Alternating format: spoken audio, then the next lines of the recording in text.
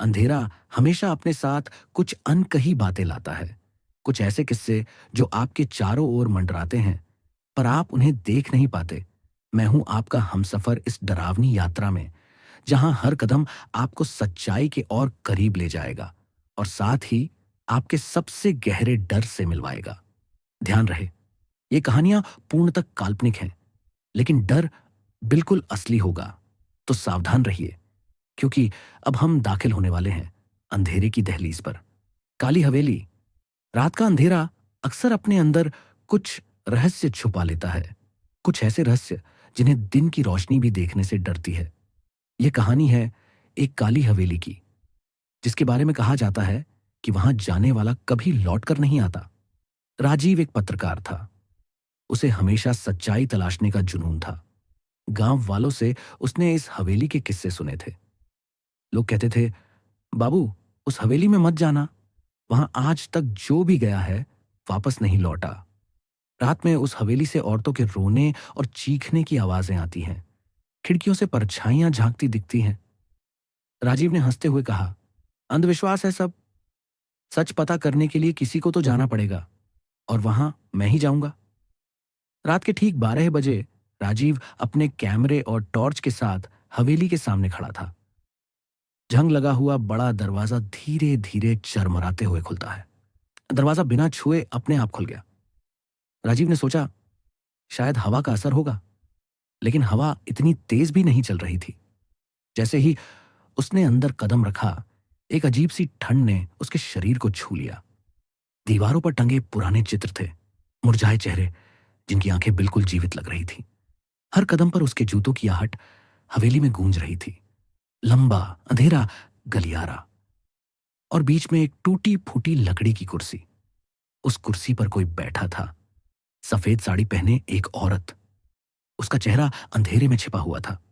राजीव ने कांपती आवाज में पूछा, "क- कौन है आप?" कुर्सी की चरमराहट।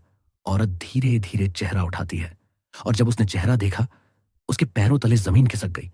उस औरत का चेहरा था ही नहीं, न नाक, न आंखें, न होंठ, बस एक काला गहरा गड्ढा, जैसे अंधेरा किसी इंसान के चेहरे पर चिपक गया हो। राजीव का कैमरा जमीन पर गिर पड़ा। डर के बावजूद वह और करीब गया। तभी एक खुरदुरी खोखली आवाज आई, तुमने सच देख लिया है, अब तुम भी कभी यहां से बाहर नहीं जा पाओगे। हवेली की खिड़कियां अचानक जोर से बंद हो जाती हैं। धड़ाम।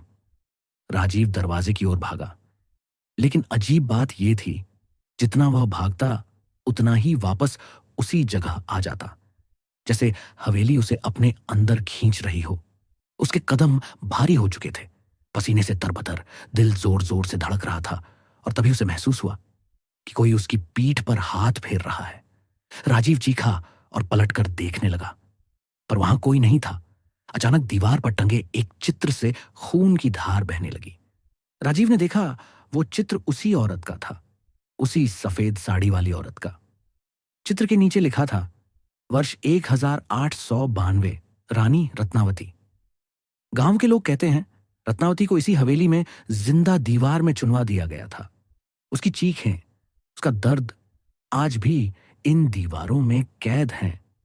राजीव ने कांपते हाथों से कैमरा उठाया और सब रिकॉर्ड करने लगा। तभी पीछे से वही औरत उसके ठीक कान में फुसफुसाई, कैमरा सच दिखा सकता है, लेकिन तुम्हें बचा नहीं सकता। सुबह जब गांव वाले हवेली के पास पहुंचे, तो राजीव कहीं नहीं था, सिर्फ उसका कैमरा वहां पड़ा मिला। उन्होंने कैमरा ऑन किया। स्क्रीन पर राजीव नजर आया। वह भाग रहा था, चिल्ला रहा था, और उसके पीछे वही सफेद साड़ी वाली औरत चल रही थी। लेकिन सबसे डरावनी बात यह थी, वीडियो देखते देखते ऐसा लगने लगा कि वो औरत कैमरे से निकलकर सीधे देखने वाले की ओर देख रही हो। कहां जाता है जिसने भी ये वीडियो देखा?